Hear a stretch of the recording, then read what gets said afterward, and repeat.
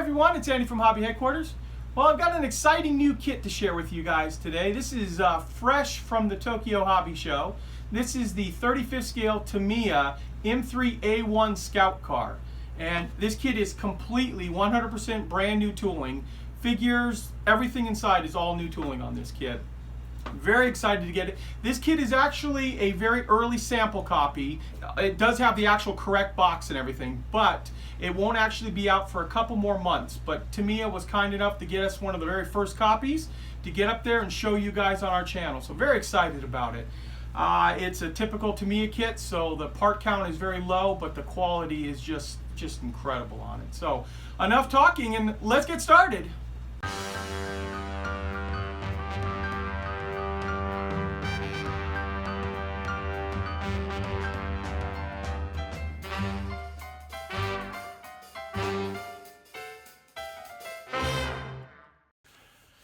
Okay, since this is a brand new kit, what I thought I would do is take a little bit more in-depth look at the different parts that make this up. Since most of you haven't got a chance to see any of these yet, this is a true production model right here. This is not a prototype. Sometimes from Tamiya we'll get early prototype kits that come in the white boxes, and they still can change parts before they actually make it out to the public, but this is exactly the way the kit is going to go out to the public, including the box art here. Now the kit has 3 different markings inside of it. 2 of them are Russian, which is the main cover art, as well as this version on the side here. And there's also a set of markings, I should say, for an American version in Sicily in 1943, and it's got the olive drab and the sandy brown color there. Now the figures, there are 5 figures, which we'll show you in a minute there, but all the figures are Russian figures for inside here. So let's first take a look at the A sprue. And the A sprue, there are 2 of them inside. The A sprue is made up of the seats, the wheels. Get just a little closer there too so you can see some of the detail on it. The wheels always look really good from Tamiya. All the bolt pattern and all that, all are nice and crisp. And like I said, there are two of those inside there, 2 identical ones. Then we're going to move on to the B sprue. Now the B sprue is made up of the frame of the vehicle with a little bit of the engine sticking out of the bottom. We have our front fenders, our armored hood, the windscreen and the armored windscreen, pieces like this. And then it also has the rail. Inside the back of the vehicle, there's a rail that goes all the way around the inside that you could slide the 30 and 50 cal machine guns around. And that is also replicated here as well. And keep in mind too, this M3 Scout Car shares an awful lot of pieces of the M3 half-track. In fact, most of the front end, if I'm not mistaken, is identical between the 2 vehicles. So hopefully, and I truly don't know if anything in the future, but hopefully Tamiya decides to retool and redo all their M3, M2, and even the M16 half-tracks. That would be a great addition, especially with all these new parts that have come out on the market. Now this part obviously is going to be strictly for the Scout Car, so they wouldn't use, they might be able to use part of the. And this part right here is going to be made up of our side armor, goes on the vehicle, as well as like the front here. This is our lower plates here with all the diamond tread inside, and finally we also have the running gear underneath here. And this is your kind of your accessories sprue. You have your pioneering tools, light guards, leaf springs, steering wheel, all the other parts that didn't make up the big parts that make up the vehicle. And you can see these 4 sprues make up the predominance of the entire vehicle. So looks like it's a pretty easy, straightforward kit to put together. We're also going to take a look at here. This is the machine guns that come with it, the 50 cal. It is a 2-part. It is slide molded. And for the receiver, and where the barrel slides into the receiver, that's all hollowed out, so you'll be able to slide the barrel right inside there. And then this is the sprue that makes up the 30 cal. This has actually been in a few other kits before as well. And now we'll take a quick look at the figures. Get you some close-up views, especially some of them. One of them I noticed here too was kind of interesting. This guy right here has his mouth open. I haven't really seen too many model figures with a guy yelling like that. That's kind of interesting. But keep in mind they are all Russian figures, so if you're going to do a Russian version of it, you'll have all the figures ready to go. And then just quickly, this is the clear parts for your front windscreen. And these are the decals. The decals are primarily for the American versions. We've got these giant circles with the stars inside, and the one that's broken up right here to put on the louvers on the front of the vehicle. And then these couple in here make up the Russian version. So all in all, it's a very crisp, clean kit. Looks pretty easy and straightforward to build. So I'm excited to get going on it. So let's start building it.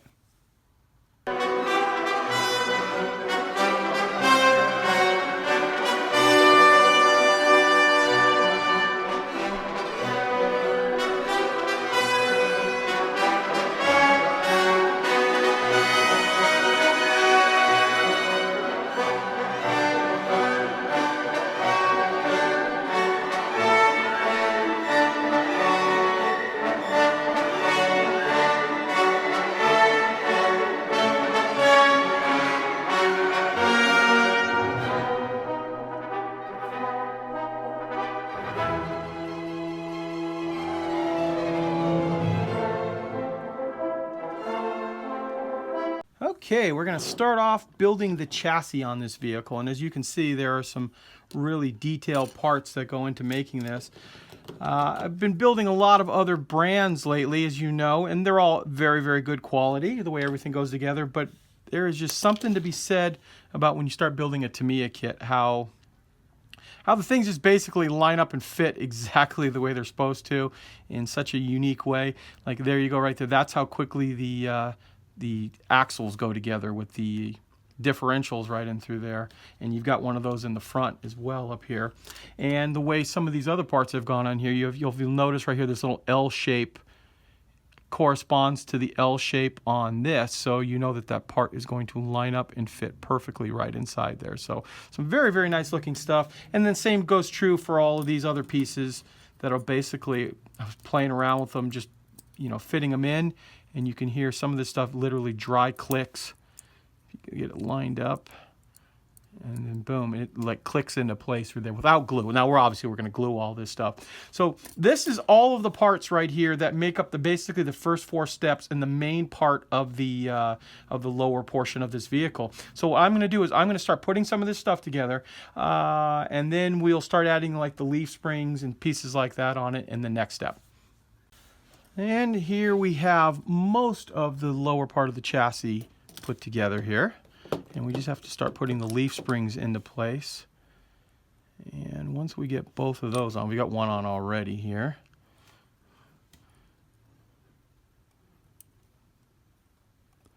Get that in there, and then we can drop this whole thing in. Oop, this goes this way. And I'm absolutely just amazed at the quality that Tamiya has come up with always, and especially on these lower areas. There's so many little pieces, and everything virtually just clicks together on it. It's just incredible. Now I do have to put the other leaf springs on the back, and that's then when we'll glue this into place. But just the fit, it just wants to go right into place. So I'm going to get the rest of this lower portion done, and then we'll come back and show you what it looks like. Okay, now we're attaching the unditching roller up on the front. And that just clicks into place there. And then there's another spring that is going to go in on the other side. And if you guys aren't familiar with what this is, this roll basically right here is if it hits anything that normally if the front bumper was right here and it would hit anything, the bumper would just plow into the mud. With this thing right here, you would hit it and then roll right up so it won't go down into a ditch and get stuck in it. And it's actually a pretty cool little thing that they put on quite a few World War II vehicles. And then we just got to get this other piece on the other side, and that will complete. This is probably the most difficult piece to assemble, and it's not very difficult. It's just having multiple hands and not having a camera in the way the whole time. And finding the hole wherever it is here. There it goes. Nope, still didn't get in.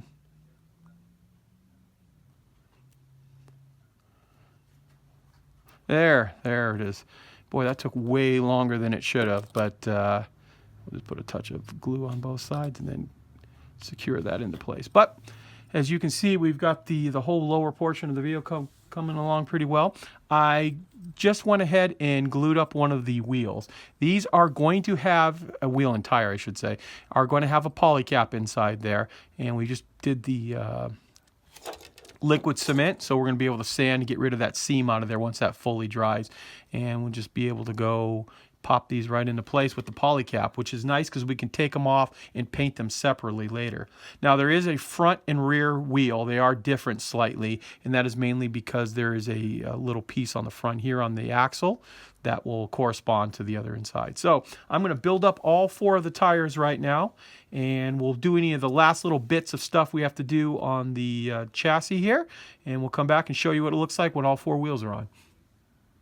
Okay, we have the lower chassis done now with the wheels in place, and now we can begin to build this framework. And I just put a little glue on that just before we started, and you can see how this is going to go together. And we'll just kind of show you how this is going to fit on right here. You can see it just drops into place. And this is basically all of the components, and everything has little tags inside of it, or keys I should say, that are going to line up. So that little circle pattern is going to line up right along the inside of that. This one is going to line up right inside of there. You can see how they just fall into place. Then we have this piece right here, which is going to get dropped in here. And it only goes one way too. I tried it both ways, and it definitely does not fit the other way, so you can't get that portion of it wrong. And then it comes time that we're going to assemble the side armor. Now, one thing I like about this quite a bit is that you can see they've made it very, very thin and almost like a scale thickness. You can see how flexible it is right here. But once it's going to get attached, it's not going to really matter too much. So we'll be able to glue those right into place just like this. And then of course we do the other side, and then we have the rear portion, and then as well as the front fender. Okay, and one other thing I should point out too, all of the upper part of the chassis is going to get built off of the frame. So I was just showing it in sitting into place right there. So what we'll do now is we'll start gluing some of these pieces on. We'll see how much of it we can get built, just to show you how it goes together. So we put a little glue on. These are I believe they're ammunition bins on the inside there. And we are just going to run the liquid cement just on the inside here. And those kind of just fall right into place. Can't go wrong with that. And this was that one piece I was telling you about that can only go in the one particular direction. And that is because there are 2 little hinges up here that are going to correspond to this little box on the other side here. So yeah, I'll let that set up for a little bit longer now, and then we'll come back and glue these side panels into place. And then we should be able to get the front fenders on as well. All that should just fit right together. As you can see, we've gone ahead and put one of the side plates in. But before we did that, we went ahead and also put the steering column in, the emergency brake, the shifter, foot pedals, all that other kind of stuff in there. And I'll just kind of quickly to show you how fast this goes in and how well. There are little grooves that are designed to line up perfectly for that. And then once you get it like that, you just a matter of putting the glue into place and then hold it in there. I also went in on this side too and put the top of the bin for the ammunition bin that goes in like that as well. And then once that gets glued into place and sets up, we can go ahead and put the rear plate on and also the front fenders. So I'm going to do that off camera because it's kind of always tough to have it with the camera in the way, but you get a general idea how basically the parts go together. So I'm going to get those glued on right now, and we'll come back just before we put it onto the chassis. And now we're at the portion of the build where we have to attach the windscreen as well as the hood. And they give you 2 different options in this kit. One of them is with the way we've got it set up right here, where the armor plate is down over the windscreen to protect the driver and the other people inside. And that's the one I've decided to go ahead and do. And there's basically just 2 parts, just they glue together real easily. And that'll get glued right into place there in a minute. We also need to go ahead and attach the radiator, and the radiator goes in just like this, and snaps right into place. In fact, they don't even recommend gluing on it. Then there'll be a little radiator frame that'll go around the outside here. And then you get two options you get to choose from. You can either go with the buttoned up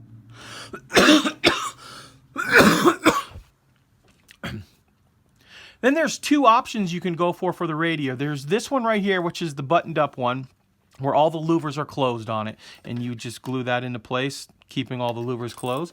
Or they also give you the option where you have 4 individual louvers that you can plug into those radiator holes if you want, and that'll look like they're open so that you can drive with it and get some, circulation, some air circulation over the radiator while the vehicle's moving.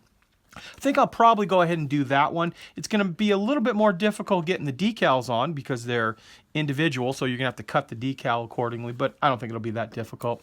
And the other thing we have to do is we have to put these side armor plates on. Those will get glued right into place on both sides here, but that's a minor thing we'll do in a minute there. Let me move this stuff out of the way and show you the vehicle. Zoom out a little bit. And this will literally just get dropped right into place just like that. And with that on, and you can see after just about 4.5 hours worth of building and sanding, we have a great majority of the vehicle put together. Now, of course, there's a lot more stuff we need to put inside. All the seats. There is a machine gun rail that goes around the entire inside of the vehicle, plus some other little pieces here and there that we need to take care of, but some minor stuff that we'll work on for a little bit, as well as the fenders. We've got those cut out and getting ready to go. Now, one other thing I should point out, too, when I was editing some of the film, I've noticed that there's some push pin marks that you can see on some of the plastic that I just thought I would point out to you guys. I'll go and sand out push pin marks if they're going to be noticeable on the end. Sometimes of course you'll miss one, but like in this one right here, this one there's a push pin mark, a mild one, but it's visible, so I went ahead and removed that. There's some other areas that you may have seen them in there, but they're getting covered up, so I decided it's not worth the time to remove them if they're going to get covered up by something or won't be seen at all.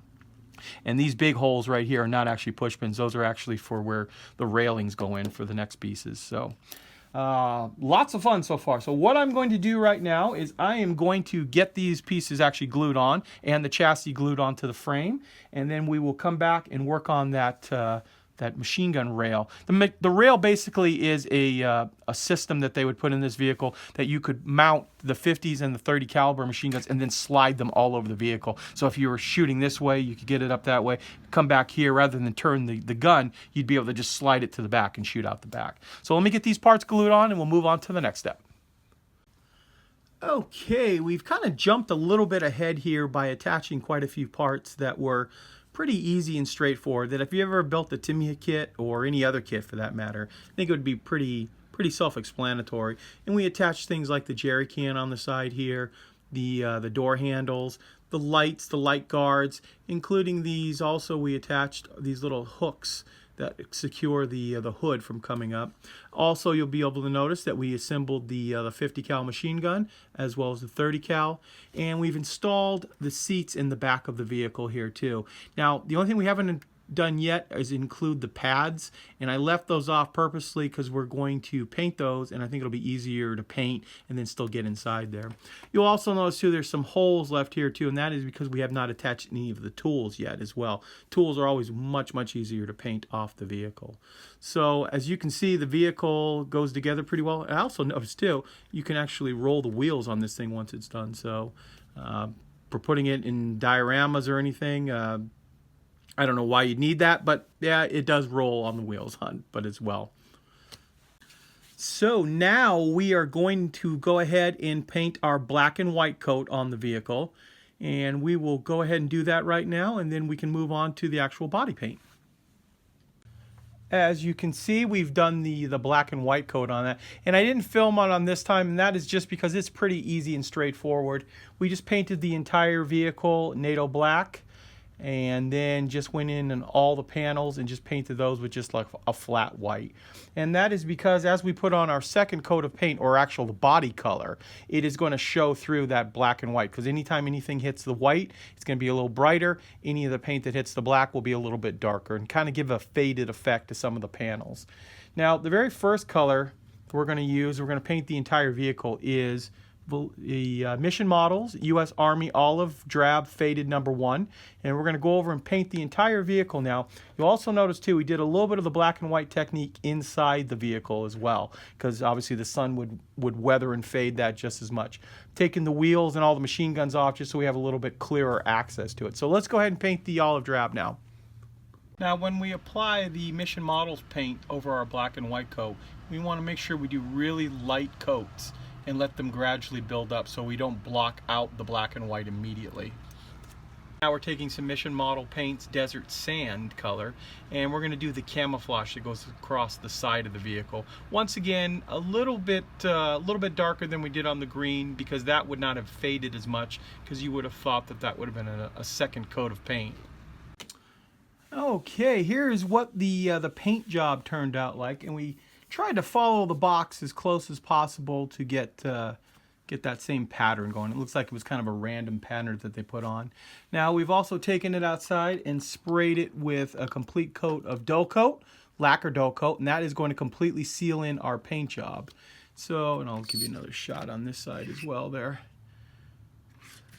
Now that we have it at that point, we have some fairly large decals that we want to put on. So we're going to start off by putting some Mark Fit Strong over this whole area in through here where the decal is going to go. And the decal's been soaking for a few minutes already, so it's about ready to come off.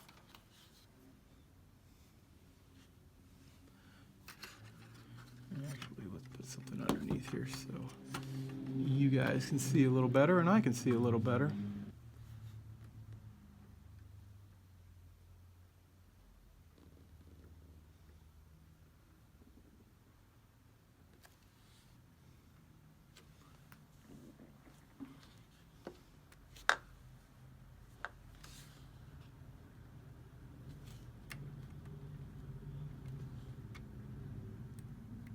And as you can see, it's quite a large decal.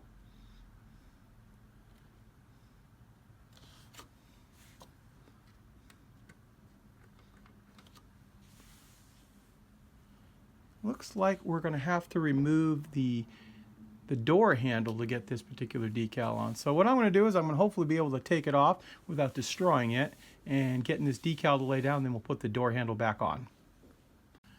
Okay, we removed the door handle, and I've put several coats of Mark Fit Strong on. And what we're doing now is we're just going over and rolling technique. We're rolling the decal from the center out. And you'll hopefully notice that the rivets and all that really pop out really nicely this way. Mark Fit really softens the decal enough that we can keep doing this. And I will probably put about 1 or 2 more coats on after this, but you can already start to see the rivets are really sticking. I'm making it look like it was actually painted on. So we just keep going back and forth, rolling this out. And then we can put the door handle back on too. I guess I read the instructions wrong. It said put this decal on before putting the door handle on, but at the time I was thinking I need to paint this whole thing, so I'm not worried about any decals right now, so I kind of skipped over that step, but not a problem. We got the door handles off to the side, and we'll put those on after we get all this done.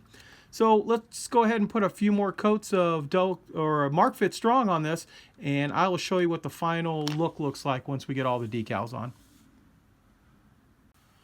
Okay, we've got all the decals on, the side ones, and I'll kind of show you after about 4 or 5 coats of Mark Fit. You can see all the rivet heads pop right nicely through. One quick thing, I got the entire decal on the front louvers right here, and had it looking absolutely perfectly. And then I tried to mess around with it, and I ended up screwing up the decal. So I completely removed it. I have seen pictures of them without the front on it, so it's not the end of the world, but I just couldn't believe it. I'd gotten it that far along and couldn't leave well enough alone. So we don't have a front star on this particular one here, but we do have the seats painted on the inside, the machine guns in place, and of course the tires and wheels all painted up as well. Now I'm going to put 2 coats of dull coat on this to completely seal this model in, and then we'll be able to put the glass in, the glass on the the headlights as well as the front glass that goes behind there as well. And then it'll basically be the last time you'll see it as the clean, nice looking model. In fact, we'll turn this on while we're doing that, because then we're going to weather it a little bit. And since this is supposed to be like kind of like a, I think it's supposed to either be Sicily or North Africa, one or the other on it. So we can put a little bit of wear and tear on the vehicle, and we've got the tools ready to go. They're all painted and ready to put on. And I do have to paint a little bit more inside the dashboard as well, but we'll do that in a few minutes there. So I'm going to go, like I said, go get this clear coated, and then we'll come back and start weathering. Okay, now we're taking a piece of torn sponge and using our chipping color, we're going to go ahead and start putting some scratches and some chips on this thing. And you're going to dip a little bit of the paint, which I'll put the mixture for the paint right now in the bottom corner down there. And then you just dip it into the paint and then blot off quite a bit of it onto a paper towel. And then that way you'll get just some nice scratches here and there.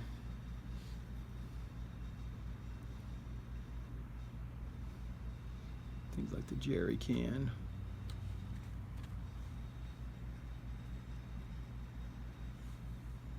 So I'm going to go over the entire vehicle and start chipping it up a little bit, and we'll come back and go on to the next step.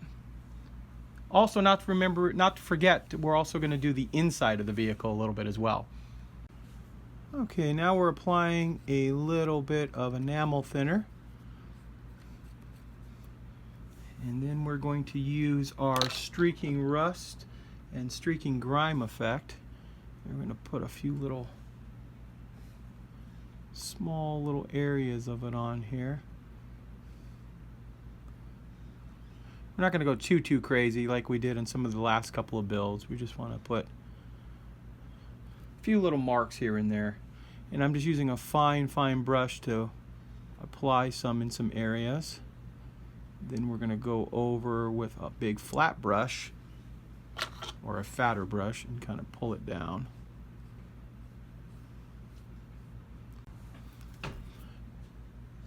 And you want to just keep pulling those down. This first one we're using is the grime.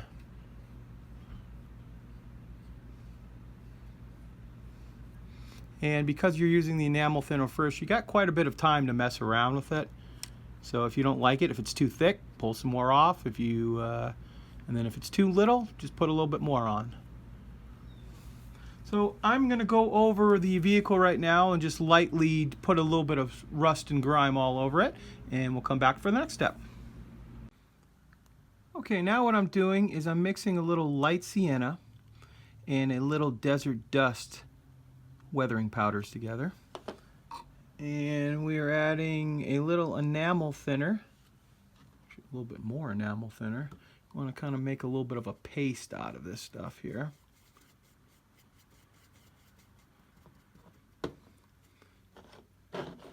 And then just the slightest little amount of streaking grime in there.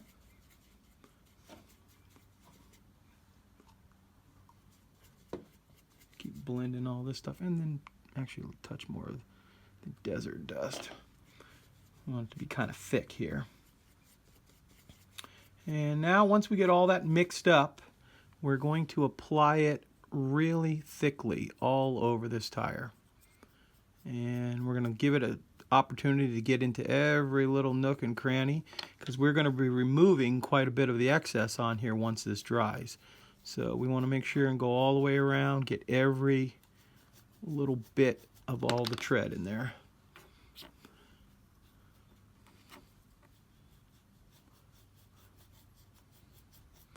And now we're going to let that dry for a little bit, but we're also going to be doing the same thing up and around in through here, which you can see some of it's already starting to dry. I already did a little bit on this side. And we're also going to take a little bit of that paste that we made and start applying it down in these areas where we think a little bit of mud and dirt and grime and stuff would have accumulated. And you can put it on kind of thick because you're going to remove the most. I'm going to do these wheels and next on it too, but thought I'd work on this side of the vehicle for right now. And just put it anywhere you think that the mud and grime would start to accumulate. I've also started to do it inside here. And what we'll do is we'll put it all over the entire vehicle, inside and out. And then when it dries, we'll come back and show you what it looks like and how to take care of it once it dries. And this little portion right here started to dry, and you can see it kind of bright and chalky looking. But now we're just going to take a stiff, dry brush and just start knocking the excess off. And just rubbing it out where you don't want it and just leaving some of it behind. But it'll have a tendency to stay into all the little nooks and crannies. So here's what the tire looks like when it dries. And now we are just going to go and start knocking off the excess.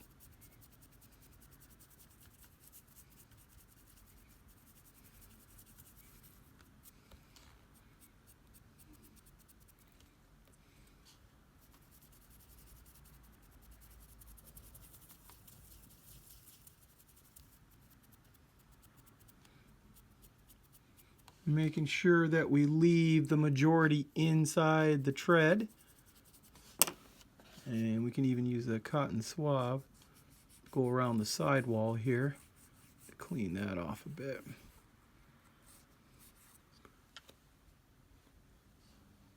And with a little bit more work and a little bit more wash on the actual wheel itself, we will have a completed piece.